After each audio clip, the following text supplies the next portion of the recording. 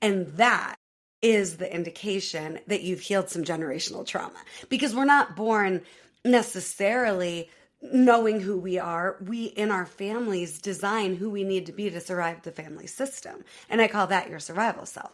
We wake up one day and we know we're surviving. We don't wake up one day and know who we are.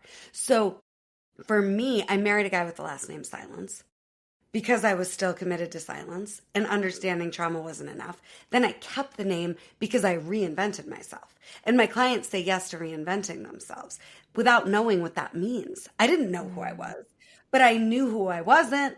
And then it was a identity up level, reinventing myself journey to be who I am, fully expressed, no matter what. And so when we're talking about family healing, that's what I'm talking about. You, no matter what, in your family and beyond, that's magic.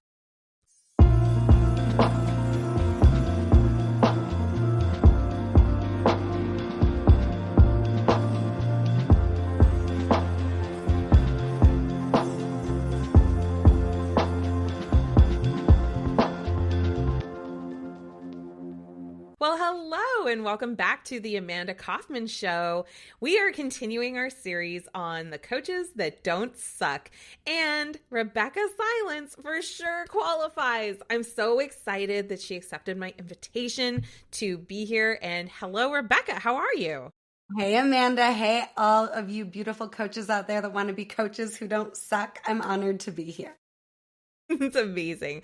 Okay, so I've got your bio here, but I'm just gonna say on a personal note, Rebeccah is one of those people who, if you meet her and you connect, it's like she's like this magnet. Like we keep connecting and finding each other in different environments and different seminars and circles. And, you know, every time she sees you, it is like just this big light up, you know, like it's been years and years, even if it was just, you know, a month ago. And I love that about you, Rebeccah.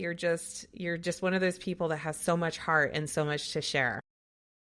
Thank you, Amanda. I love people, and you're someone I love a lot, genuinely. I appreciate that. Well, and for you, dear listener, Rebeccah Silence is redefining family happiness worldwide. As an award-winning author, coach, and media personality, her mission is to help every child grow up with healed, joyful parents, and every couple experience transformative love. With expertise in healing generational trauma, Rebeccah makes harmonious, love-filled homes a reality.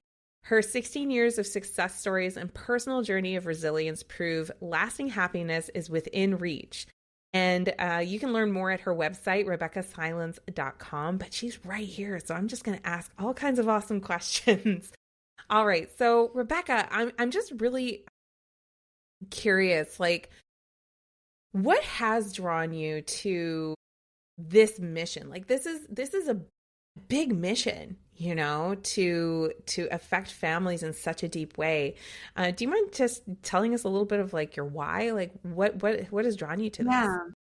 Well, I grew up in a domestic violence environment and a home riddled with addiction, affairs, dysfunction, and it was an environment where anything goes. And no one had the need to do better, and everybody was doing the best they could with the tools they had. And from a really young age, I just identify, as maybe some of you in this gorgeous audience do, as the generational trauma healer in my family. And I think I knew at like age 4, that was my assignment, but that doesn't mean responsibility. That doesn't mean fixing anyone or healing anyone. I just knew family is my favorite thing, and there has to be a way that it can be better than this.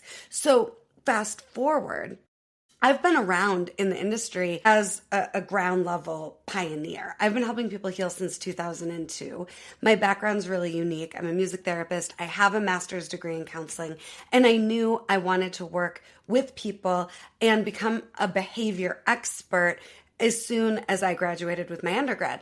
But then I have a master's degree in counseling, 4.0 GPA, and I find myself in my own domestic violence marriage. And so for me, that was the beginning of, wait a minute, mental health is so important. family health is so important. And it just became so clear to me it's not enough to understand trauma if you want to actually break the cycle. So for me, I didn't have the self-worth yet to get out of this domestic violence situation for me, because this was just what happened when it came to love and relationship and family. But I had a kid, and that wasn't good enough for her, which gave me the strength and the courage to get out. And from there, I was going to be damned if I didn't figure out how to actually help families heal. And so that's been my journey. I have multiple coaching certifications. I'm a continuous student every day. I'm a coach with a coach. I love that you stand for that as well, Amanda, with all of the leadership you're doing with coaches. You know, we spend more on my healing and transformation and growth in my family than we do on anything else, 6 figures a year for 10 years straight, you know? And so my point is, I'm not suggesting I have the way, but I have figured out the way to help you figure out what's right and healed for you compared to what you know that keeps you in survival and limits you from being able to make your most healed impact. So declaring that I was going to help families heal was something that only happened when I published my book, Coming Back to Life, A Roadmap to Heal from Pain to Create the Life You Want. And I also, at the same time, I birthed this book and got a major publishing deal, was producing my course that I call the Emotional Survival Kit. And it was a wild time because I had so much knowledge and expertise and I wanted to bottle it, but again, not in a way where I'm saying I know what you need, but I'm going to give you everything you need to find your path to the best of you. Because that's what heals families, is one person in the family deciding to be the best of themselves, emotionally regulated, fully expressed and free, no matter what's happening. One person does that, the family heals. And it doesn't mean, I'll just say one more quick thought here, I'm not a relationship expert because all my relationships have been easy. Everybody's great. Everybody treats me the best. I'm a relationship expert because I know how to be me no matter what.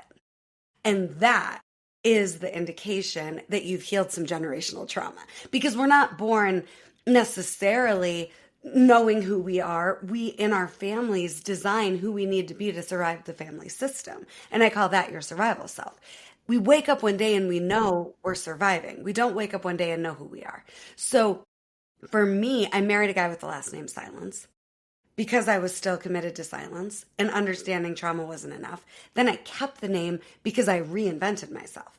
And my clients say yes to reinventing themselves without knowing what that means. I didn't know who I was, but I knew who I wasn't. And then it was a identity up-level, reinventing myself journey to be who I am, fully expressed, no matter what. And so when we're talking about family healing, that's what I'm talking about. You, no matter what, in your family and beyond, that's magic. It's so good. It's just so good. And, you know, I think I just really admire and love what you have done with this mission because, you know, Rebeccah, we know a lot of coaches and, you know, I would easily put you in the top 5 people that I've met in terms of the consistency of commitment to your mission and what you're doing. You know, so dear listener, I've met Rebeccah, I don't know, maybe 5, 6 years ago at this point, maybe 7. Gosh, it's been a while. And, you know, we've been on a growth journey even together. You've seen me grow, you've seen me evolve and change. And as you're speaking about, you know, this authenticity and like discovering who you are, like that's the core of what personal growth and development is really about. Because, you know, I think people do kind of run into that disruption of life and realizing like, wow, like I can make different choices. I can create something new, but there is that space of like, now what? Now that I know that I have choices, now that I know I can create something new, what do I even want that to be? And like giving that permission to identify that, to see that, like that is some hardcore coachy work. Like that's pretty amazing. Rebeccah, I am really curious, you know, for the other coaches that are listening, you are somebody who has a lot of passion, a lot of resilience. You've been through a lot. You're clearly like so intelligent. Like you work extremely hard.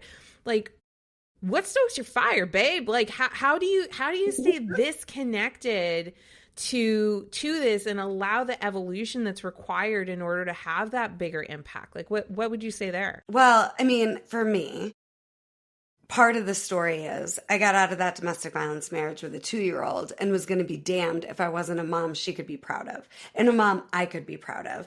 And I just went for it. And I think when you're in a season where you've lost everything, it's pretty easy to scrape your way to the top. Not easy in terms of common, but it's almost easier to reinvent ourselves when there's a breakdown or when there's a crisis. I think it's harder when there's seemingly something to lose that, I call it high functioning unhappiness. So many people are suffering from what I call high functioning unhappiness. We talk about high functioning anxiety, depression, addiction, but we don't talk about high functioning unhappiness. So for me, I'm unwilling to be a high functioning unhappy person. And part of the story is I built this dream business from nothing. As a woman in a family system where the women do not stand on their own, do not make their own money. I come from a very patriarchal community, not just family. So when I decided I'm going to go for it, I meant it. And I built everything I imagined. I ended up married again. I built an amazing business. My strategy was to get on a top 40 radio station. And I just overnight turned the community on its head. I was the first coach in the whole community. I was waking people up. I helped 150 women alone just start businesses there. And then I got a cancer diagnosis. So part of the answer to what keeps my passion going and flowing is I beat cancer with a 5% chance to live because I live what I teach. So now my life is frosting and I'm just here on divine assignment. And I'm so freaking grateful every single day that I'm well and I'm alive. I on paper shouldn't be here. I'm a statistical anomaly. I'm an incest survivor, growing up in the trauma and abuse and violence that I did. Then cancer with a 5% chance. But my book isn't called Coming Back to Life because of all the crazy. It's because this is what my clients have said to me from 2002 on that they experience when we work together. They come alive. And for me, it's about, can you please not believe that you need a breakdown to break through or wait for things to get worse because it isn't that bad because you're high functioning and unhappy? Can we not be afraid to risk threatening the unhappy because we don't want to lose the high functioning? And can we risk it? And can we have our lives ours? I don't think, especially for coaches, it makes any sense to try to fit in. I think we deserve to have a life that fits in with us so we can serve at the highest levels. So for me, I just am like every single day, thank you, God. And I feel like God is my business partner and I'm just so guided. And when I tell you I only beat cancer because of the practice of emotional healing that I teach, I believe it. I stayed emotionally clear and regulated and I wasn't violated when I got cancer. I wasn't believing this was happening to me. I wasn't identifying as cancer. It wasn't my cancer. It was just, am I going to be who the hell I say I am now? Mm-hmm. Gosh, It's yeah. really easy to be the best of me when it's good and easy. You're hitting on so many things, and I love this term, high functioning unhappiness, #stealing. Thank you.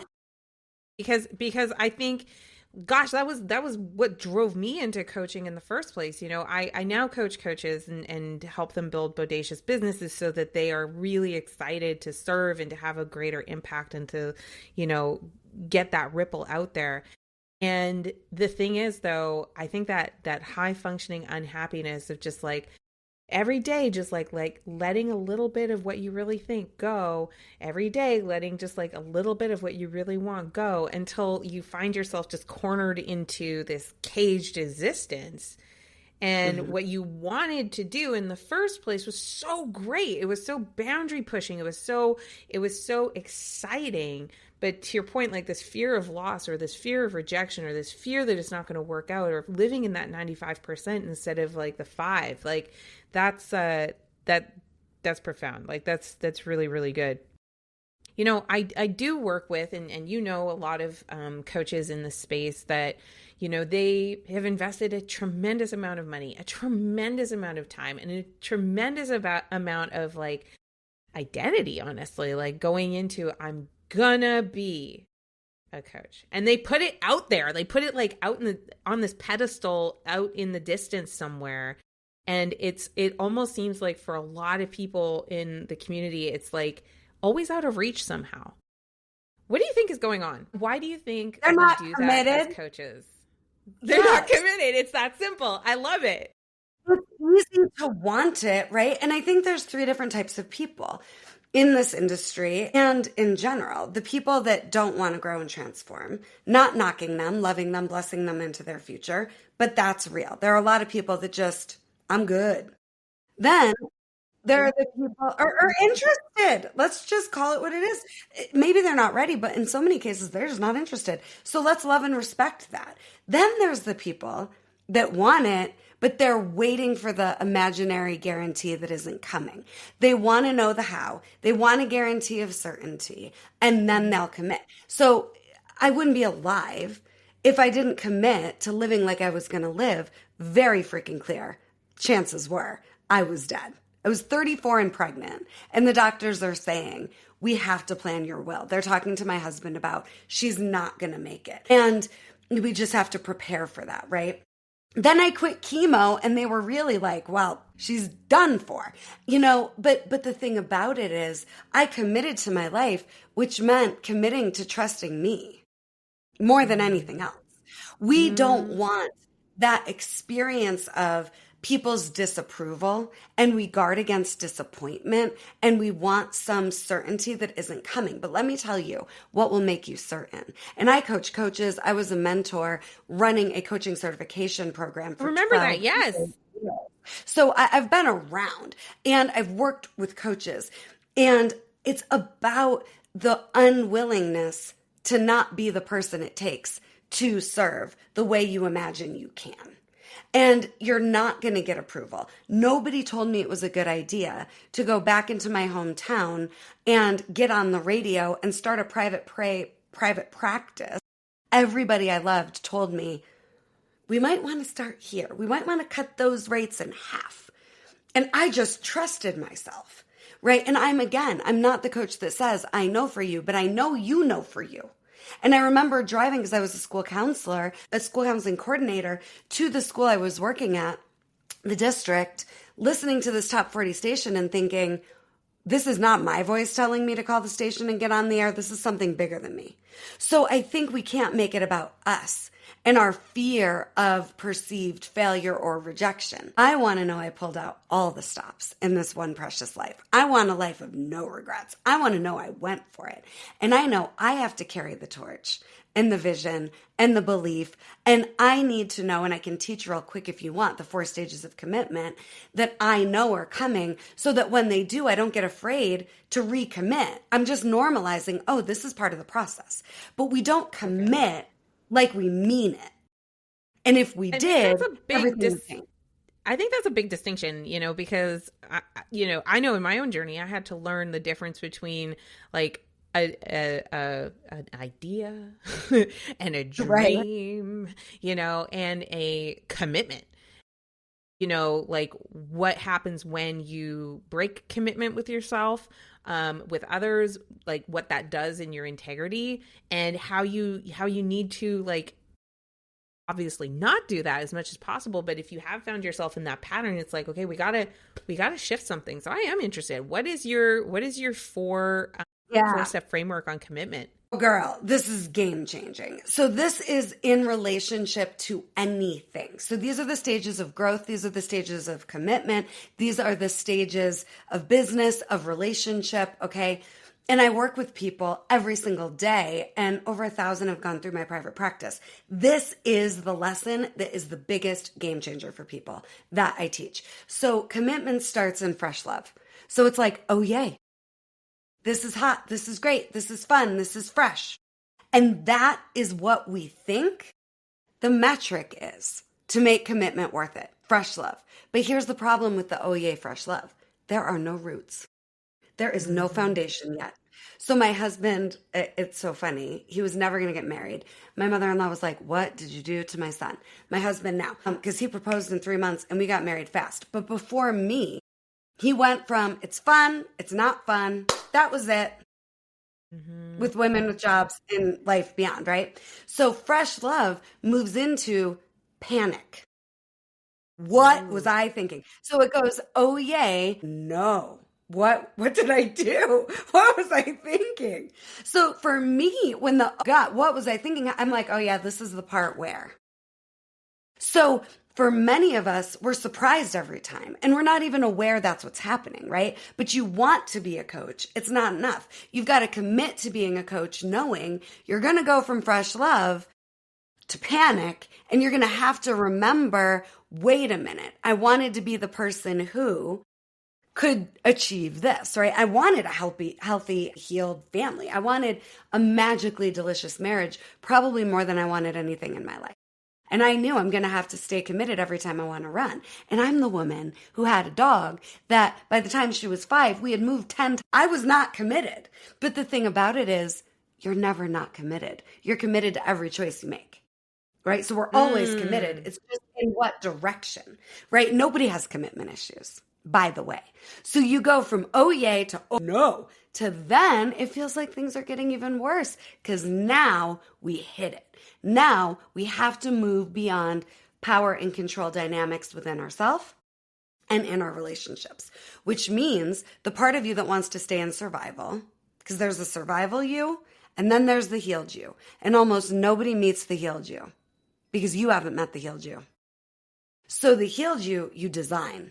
We don't wake up knowing who that is or what that looks like. And here's just a quick side note hack. If you know what you want for other people, guarantee that's what you want for you. If you don't know what you want for you, you're not alone. What do you want for other people? And what don't you want? And what do you think the opposite would be, right? But the power and control phase, so people either quit once they get that disillusion, panic, oh no, moment that a lot of people call the ick. It's not the ick. It's just you don't want to commit. You don't want to stay committed. You're looking for an out. You're not looking for a reason to stay in the game. And if you're looking for an out, you're going to find it. So the power and control is where it's, oh no, you didn't. And you're going into fight, flight, freeze and not knowing how to be the healed you beyond it, right? Because there's fight, flight, freeze, but there's also healed you. But most people don't teach you how to actually be healed. Traditional therapy is teaching healing emotions through the mind. The mental health industry is about mindset and strategy. I'm about alignment with your soul and emotional clarity, right? So the power and control phase is where, oh no, you didn't, when you get to the place where you're healed with you and have new agreements with yourself and new clarity about why it's so important to stay committed. Then you get the delicious fourth stage that everybody really wants, which is reinvention. But we think the panic and the power and control, things are getting worse. You're building your foundation. So by the time I got cancer, I had all this in me and I just had to practice it. It sucked. Wasn't fun at all.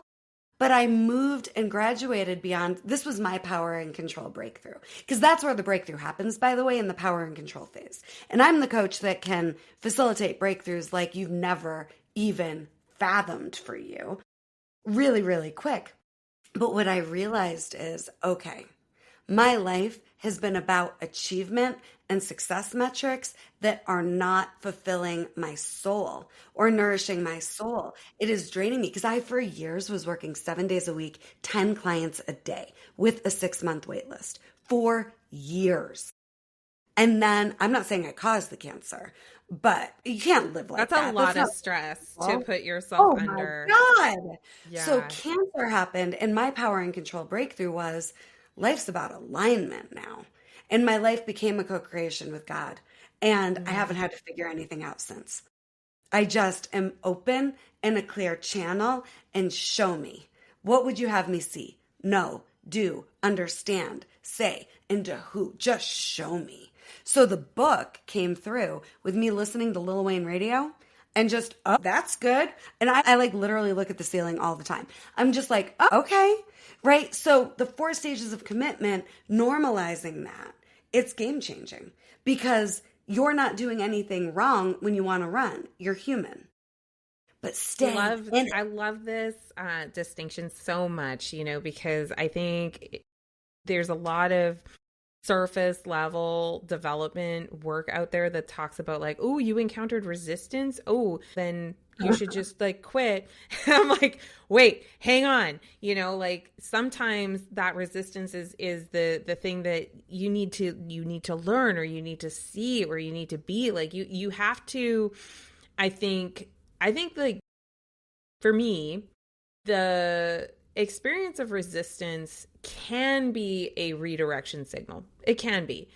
But it often is not. It's often, like you said, like we've got to accept that resistance to then experience that flow. And it's like that Yeah. surrender to, okay, Good word.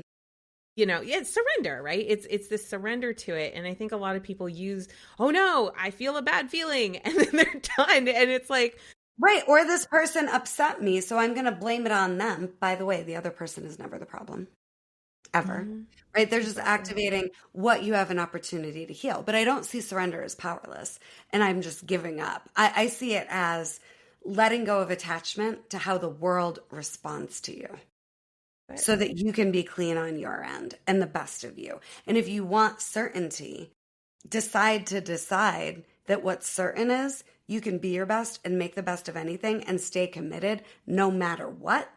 And then you're free. And to me, healing is freedom. That's what it's about. And I wanted to create a way for people to have an empowering experience of healing beyond anything and everything that doesn't serve them, so that generational trauma cycles and patterns can break for good, and you can model a whole new baseline for every life you touch, including your family. But often our families content where they are, and our job is to just be the best of ourselves, attracting aligned relationships from this place, from this me, and then whoever wants to come, great. But let go of the attachment, of the approval, of the permission, of the certainty from external sources, and commit so you know you did, and you're free. well, I ask everyone in this segment, what helps a coach not to suck? What are your 3 rapid fire responses for like a coach really does want to do a very good job? What do you think are the 3 things they need to keep in mind? Manage and regulate your emotions. 2, be honest about what you're good at and stick with that. Don't try to be who you're not. Don't try to be vanilla ice. If you got a problem, you'll solve it. Be you and the genius you are in your capacity. And I think the third thing is be a coach with a coach. So good. So good. I love, in fact, I'm going to like just punctuate. I love that you called out emotional regulation. That's what I do. Because I think I think it's not talked about really enough in our space, and it is so important. I know for me, the biggest difference between Amanda, the beginner coach, and Amanda, the coach that is here today, and probably the coach that it's going to be here 20 years from now, is my capacity to emotionally regulate when things happen. I'm so much stronger than I once was with that, but that's not something that I learned from a coaching certification, or even picked up with a particular book, but I just, from working with so many high level entrepreneurs over the years, and just like really high level aligned achievers, that alignment comes from their emotional regulation and their ability to respond to, like you said, the realities of what life is presenting. I love that. So good. Okay. Rebeccah, I could talk to you for 3 hours straight, easily, very easily. But how could people follow you? Yeah. So, first of all, if you want more on how I teach the practice of emotional healing and emotional regulation, get my book, Coming Back to Life, A Roadmap to Heal from Pain to Create the Life You Want. We're talking about amazing concepts today. If you want the roadmap, I literally give you how to, step by step by step. This isn't some cool idea. This can be your real life, right? Like you aligned and So solid and true. emotionally clear. So Coming Back to Life, I can't recommend enough. And then if you just want to get in touch, if you want to follow me, if you want to experience more of my work, check out RebeccahSilence.com. Check out the Rebeccah Silence YouTube channel. On my website, there's a whole free resources section, but you can also download right now the 3 must-know secrets to heal and save your family masterclass right at RebeccahSilence.com. And that masterclass is really just the 3 must-know secrets to heal so you can lead healed. The world needs you healed so you can really make your difference. Amazing. Amazing. Well, thank you so much for joining us, Rebeccah. My pleasure. I love you. I'll come back anytime. Oh, you'll be back. You will be back. She said it in front of you, friends. So she's coming back. And hey, don't forget to subscribe so you don't miss that next time that Rebeccah's back and other episodes. And go ahead and take a moment and subscribe and leave a 5-star review. Rebeccah worked so hard and showed up in her full authentic self here. So let's make this podcast even easier for people to find in the future. And I'm pretty sure there's something that really resonated with you that would be so much better if you just shared it with 3 of your friends, so grab the link to this episode, go ahead and slide into the DMs, let them know what you loved from the episode, and then they can listen to it if it speaks to them. And yeah, come back, man. I'm loving having you listening to the show. Thank you so much, Rebeccah, for being here, and we'll see you next time, everyone. Bye.